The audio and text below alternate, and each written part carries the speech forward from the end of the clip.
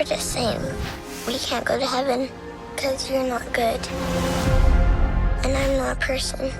So much of this movie hinges on the relationship between Joshua and Alfie. How did you encourage them to foster this relationship on screen? Yeah, it was, really important. She's very shy, she's very timid when you talk to her. And so we were like, JD, you've got to get in there somehow. You've got to become her best friend. And JD made it his mission.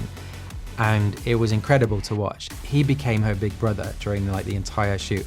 And it felt for him a little bit because what happens on a film set is you have a very important scene and you've got to get into a certain zone, and sometimes you have to cut, and you notice the actor will just go away into the corner. They don't want people talking to them.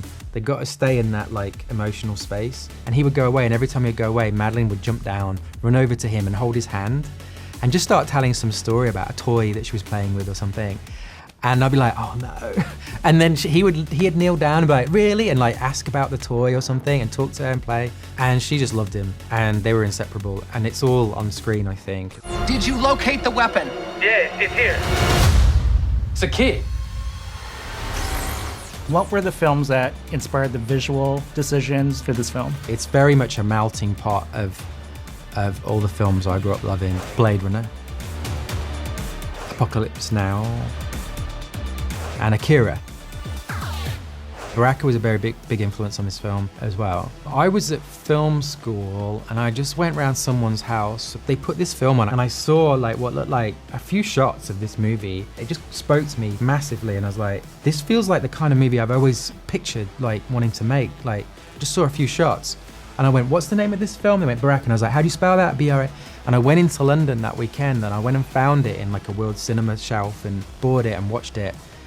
And blew my mind. There's no dialogue, there's no story. It shouldn't work, but in my opinion, it's one of the greatest films ever made. And it's like a moment in a Kubrick film, whether it be Through the Stargate, in an audio-visual way, just you get all the feels and it feels important. It's like that all the way through.